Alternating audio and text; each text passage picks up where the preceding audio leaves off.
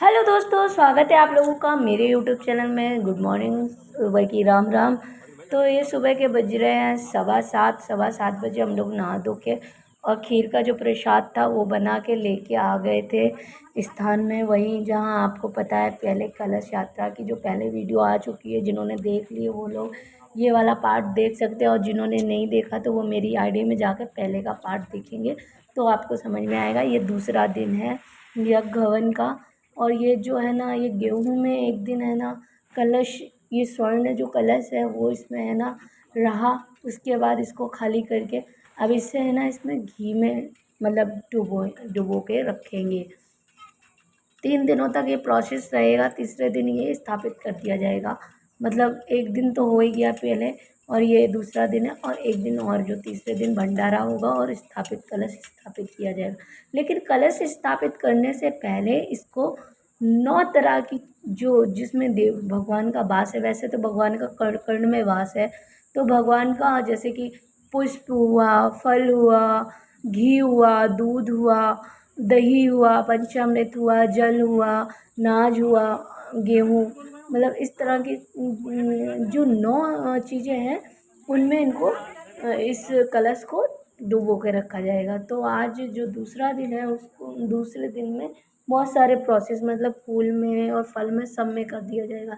लेकिन जब तक मैं वापस आ गई थी, लेकिन ये जो है ना सुबह है ना इसको गेहूँ से निकालने के बाद इसे घी में डुबो के रखा गया था। तो ये वही प्रोसेस चल रहा है।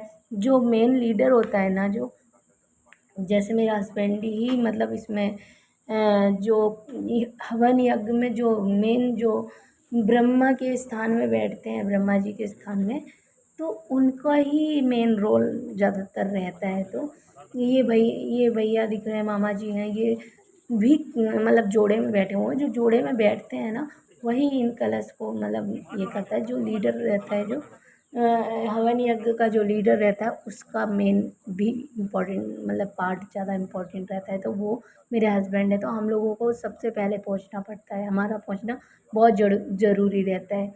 तो वही आप देख सकते हैं, ये घी में है ना इसको डुबो के रख रहे हैं। ये पंडित जी बता रहे हैं, मंत्र पढ़ रहे हैं, जो भी जैसा भी बताते जा रहे हैं वैसा होता जा रहा है।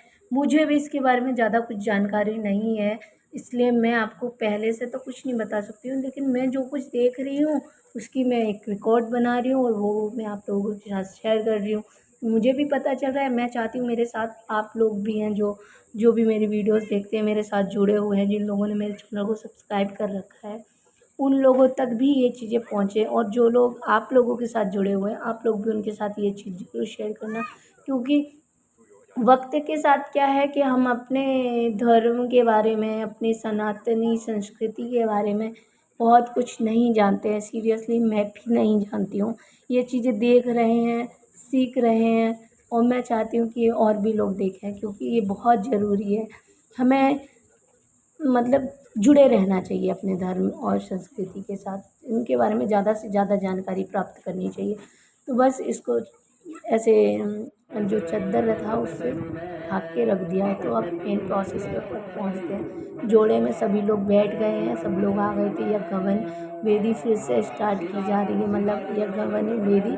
तो इसको है ना इसमें लकड़ियाँ और जो थापी कंडे होते हैं ना, वो कंडे पथे हुए नहीं रहते हैं। जो गाय ना गोबर करती है ना, वही जो सूख जाता है ना हवन में, वही यूज़ करते हैं। और आपको ये पहली बात बता दूं, जो गाय का गोबर होता है ना उसी के ही उपले, कंडे, थापड़ी जो भी बोला जाता हो आपके यहाँ, उसे ही यूज़ किया जाता है। ये हवन यज्ञ वेदी में पंडित जी घी डाल रहे हैं। उसके बाद ये प्रोसेस मेरा हस्बैंड का मतलब मेरे जो पति हैं उनका रहेगा।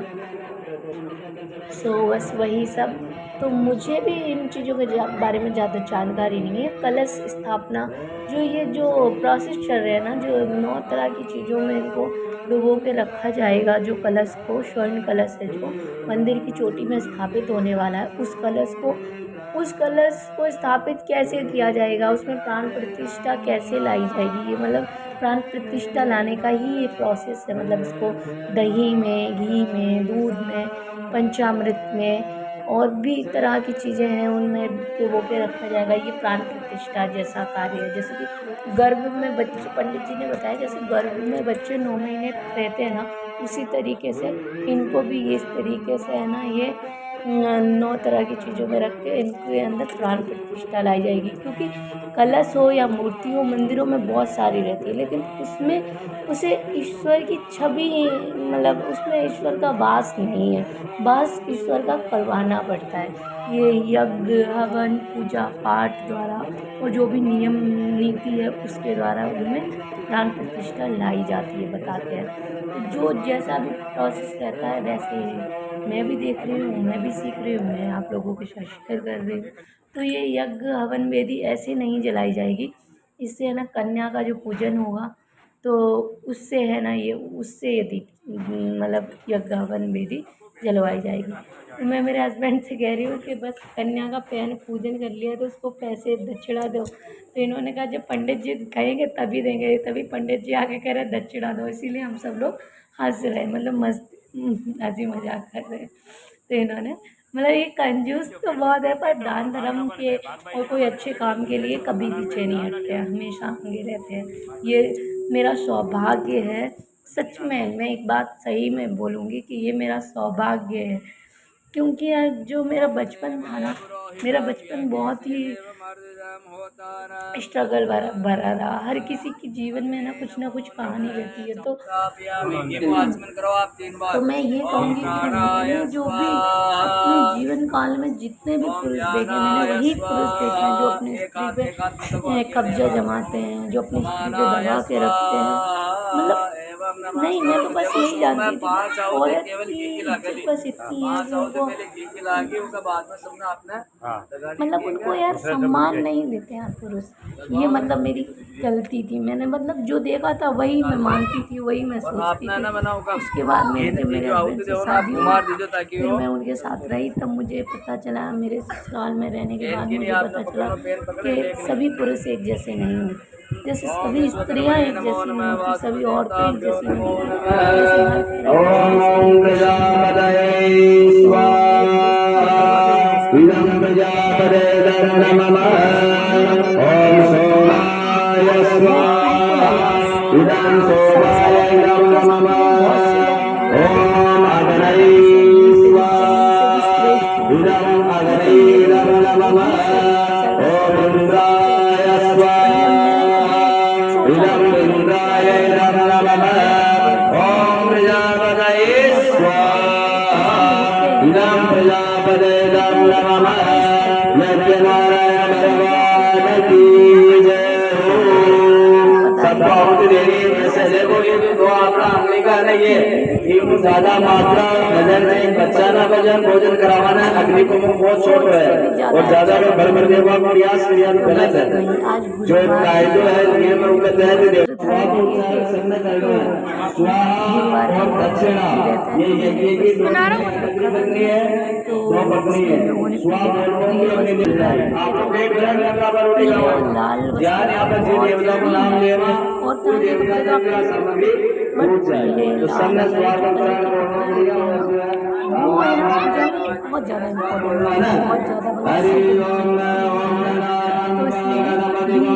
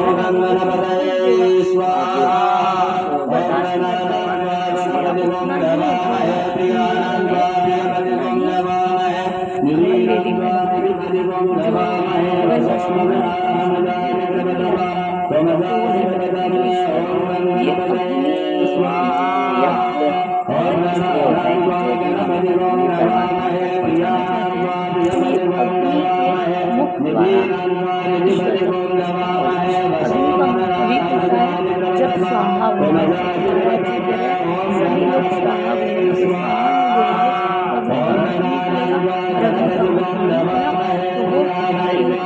व्यर्थ नहीं जाएगा। जो कुछ पहुँचाना चाहते हो वहाँ तक पहुँचेगा ही नहीं, और वहाँ तक पहुँचेगा ही नहीं तो पूजा कैसे सफल होगी। तो बस यही सब। एक्चुअली ना मैं भी बहुत सारी ज्ञानी हो गई हूँ ना, बहुत सारा ज्ञान मिल गया मुझे। सच बताऊँ तो पूजा पाठ में जब आप जाते हैं कहीं ऐसे स्थलों में जाते हैं, कथा स्थलों में जाते हैं, तो आपको कुछ सीखने को ही मिलेगा। आपका कुछ जाएगा तो नहीं, बल्कि कुछ ना कुछ आपको सीखने को ज़रूर मिलेगा। तो यज्ञ हवन विधि आप देख सकते हैं कितनी बढ़िया तरीके से ये अग्निदेव प्रकट हो गए हैं। और सच बताएं तो हमें यज्ञ हवन में बहुत सी दिक्कतें होती हैं, लेकिन हमें बिल्कुल दिक्कत नहीं होगी। अग्निदेव बिल्कुल बहुत ही अच्छे तरीके से, और जो ये महाराज हैं ना दोनों, कि एक्चुअली 3 महाराज हैं, एक हमारे गांव के महाराज हैं और 2 महाराज भीलवाड़ा से अब बुलवाए गए थे। तो ये सभी महाराज बहुत बढ़िया हैं, बहुत अच्छी तरीके से समझाते हैं, बहुत ही क्लियरिटी तरीके से, बिल्कुल तरीके से सब कुछ समझाते हैं। उसके बाद जो यज्ञ हवन पूर्ण होने के बाद उन्होंने कथा का भी मतलब समझाया। जो कथा हमारे बृहस्पति महाराज की कथा भी उन्होंने सुनाई। हमने उनसे विनती करी थी, आग्रह किया था कि प्लीज़ आज हमारा व्रत है तो हम सुबह पूजा करके नहीं आ पाए, मतलब कथा नहीं सुन के आ पाए, तो प्लीज़ आप हमें उनकी कथा सुनाइए। तो उन्होंने हमें कथा सुनाई और बहुत ही अच्छी तरीके से सुनाई। एक्चुअली मैं घर में पूजा करती हूँ तो कथा मैं स्वयं खुद ही पढ़ती हूँ, तो उसमें इतना आनंद तो आता है। कथा है ईश्वर की, अनंत हरि अनंत हरि कथा अनंता कहते हैं ना, ये तो कथा सुनने में बोलने में तो मज़ा ही आता है, लेकिन जो सुनने में मज़ा आता है ना वो तब आती है जब आप लगता है मुझे आनंद आ गया। महाराज के मुखमंडल से इतने मधुर आवाज़ में जो है वो कथा सुनाई, उस कथा का ना जो रस है ना बहुत बढ़िया था। सच बताऊँ बहुत ही आनंद आया। तो अब मेरी सासू माँ और मेरी बहन आ चुकी थी, तो बस मुझे बहुत खुशी हुई, क्योंकि अब मैं मेरे बच्चे को ना वो संभाल लूँगी। और इसके ना मेरे साथ मेरे मेरे ओढ़ने को ऐसे मैंने खींच-खाच डाला ना, वही जिद करके वो तो मैं आपको डिलीट कर दी। बिल्कुल बहुत बेकार। आजकल के बच्चे हैं ना बहुत अजीब-से हो रहे हैं ना, बहुत ज़िद्दी हो रहे हैं। मैंने देखा, मैं सोचती थी मेरे बच्चे ज़िद्दी नहीं है, लेकिन यहाँ पे जितनी भी बहनें बैठी हैं सबके बच्चे ज़िद्दी हैं और बहुत ज़्यादा ज़िद्दी हैं। एक्चुअली हवन यज्ञ 4 घंटे तक चला, 4-5 घंटे तक चला। बीच में ब्रेक भी हुआ ना, उसके बाद हमारी आरती होती है, सभी लोग हम लोग आरती कर रहे हैं।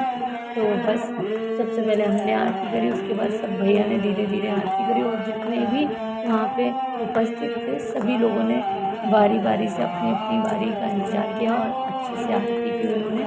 तो ये एक बच्चा है जिन्होंने हमारी ये वीडियो मतलब बनाने में मदद की, थैंक यू उसको भी, क्योंकि अगर वो वीडियो नहीं बनाता तो मैं आप लोगों तक शेयर क्या कर पाती।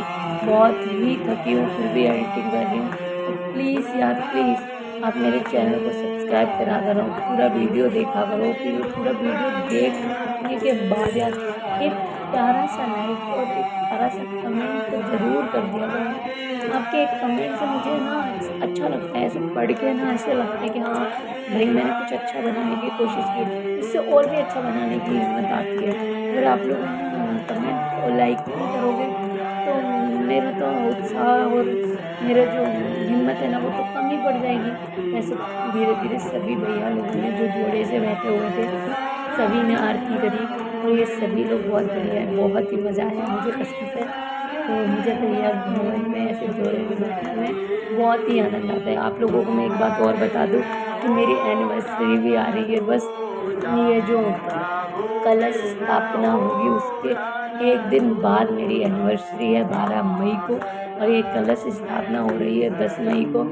और तो मैं आप लोगों को बता नहीं सकती मेरी खुशी का ठिकाना कि मेरी 11वीं सालगिरह शादी के पूरे मेरे 11 साल हो जाएंगे मेरे पति के साथ, और बहुत ही मेरा जीवन 11 साल का बहुत ही सुखमय रहा, बहुत ही आनंदित रहा। शायद मेरे पापा लाखों रुपए देते तभी भी ऐसा हीरे जैसा सामान मेरे को नहीं मिलता। ये बगल में जो पिंक कलर की साड़ी पहन के आरती कर रही हूँ वो मेरी सासू माँ है। उसके बाद मेरी बहन जो मेरी देवरानी भी है उसने आरती करी। उसके बाद हमारे बच्चों ने आरती करी। उन लोगों कहते नहीं यार बच्चों को भी संस्कार यार ऐसे ही मिलते, जैसे हम सिखाना चाहेंगे बच्चे भी वैसे ही बनेंगे। अगर हम अपने बच्चों को ही धर्म से जागरूक नहीं कराएंगे तो वो कैसे जागरूक होंगे। तो बस मुझे बहुत ही सौभाग्य का विषय है ये कि मुझे शादी के 11वीं सालगिरह में मुझे ये सौभाग्य मिला जिससे मैं अपने पति के साथ जोड़े में बैठ सकूं, यज्ञ हवन कर सकूं। ये तो बड़े सौभाग्य से मिलता है, ईश्वर की इच्छा से होता है, अपनी इच्छा से नहीं होता है भैया। लोगों के पास बहुत सी धन संपत्ति होती है पर उनको भी ये सौभाग्य नहीं मिल पाता है क्योंकि वो ईश्वर चाहता है वही होता है। तो ईश्वर ने चाहा तो आज हम लोग ये गगन में बैठे और हमें ये सौभाग्य मिला कि हम इस यज्ञ वेदी की आरती कर सकें, इस कलश की स्थापना का एक छोटा सा हिस्सा बन सके। स्वर्ण कलश यार मैं आपको बता नहीं सकती कि शादी के 11वीं सालगिरह में मुझे 11वीं सालगिरह में मुझे कितना बड़ा तोहफा दिया है भगवान ने, मैं आपको बता नहीं सकती। तो बस मैं चाहती हूँ कि बस जो भी वीडियो मेरी देख रहा हो उनकी भी रामदेव बाबा इच्छा पूरी करें। जी बिल्कुल, ये रामदेव बाबा का मंदिर है और ये इन्हीं के मंदिर के चोटी पर कलश स्वर्ण कलश स्थापित होगा। स्वर्ण कलश किस तरीके से स्थापित होगा आप लोग मेरा अगला पार्ट देखने के लिए इंतजार करिए। बहुत ही जल्दी मैं आप लोगों के लिए लेके आऊँगी। चाहे कितनी भी थकी हो रहूँ, चाहे कितनी भी बीमार रहूँ, फिर भी मैं आप लोगों के लिए वीडियो बनाऊँगी और एडिटिंग करूँगी और आप लोगों के साथ शेयर करूँगी। मैं भी जो सीख रही हूँ मैं चाहती हूँ आप लोग भी सीखिए। और कल को अगर मैं भगवान ने करे पर अगर कुछ हो तो ये यादें हमेशा बनी रहती है। मेरे बच्चे भी कभी ये ना मेरी आईडी खोल के देखें तो उनको ये शर्मिंदगी महसूस ना बल्कि गर्व प्राउड से देखें। और जो भी मेरे जानने वाले हैं या मेरे जो भी मुझे देख रहे हैं उनको बहुत ही गर्व महसूस हो कि भैया कि ऐसे लोगों के साथ जुड़े, ऐसे लोगों को है जो धर्म से जुड़ा रहता है, जो संस्कृति को आगे लेके जा रहा है। मुझे बहुत खुशी है। तो भगवान आप सबकी मनोकामना पूरी करें रामदेव बाबा। तो मेरा वीडियो आपको कैसा लगा प्लीज़ बताना ज़रूर और अगले पार्ट का इंतज़ार करना। बहुत ही जल्दी आपको अगला पार्ट मिलेगा। कलश स्थापित जैसे होगा मैं आपको ज़रूर दिखाऊँगी। तो बस यहीं पे जाने का मन कर रही है तो यहीं पे वीडियो का एंड करती हूँ क्योंकि वीडियो बहुत लंबी हो गई है। आप देख के बोर हो गए होगे, शायद पहली बार इतनी लंबी वीडियो जाएगी मेरी, पर क्या करें इतना सब कुछ दिखाने के लिए वीडियो तो लंबी हो ही गई। तो चलो मैं वीडियो का यहीं एंड करती हूँ। रामदेव बाबा के दर्शन करिए और तब तक के लिए bye bye, take care, Radhe Radhe, ध्यान रखिए।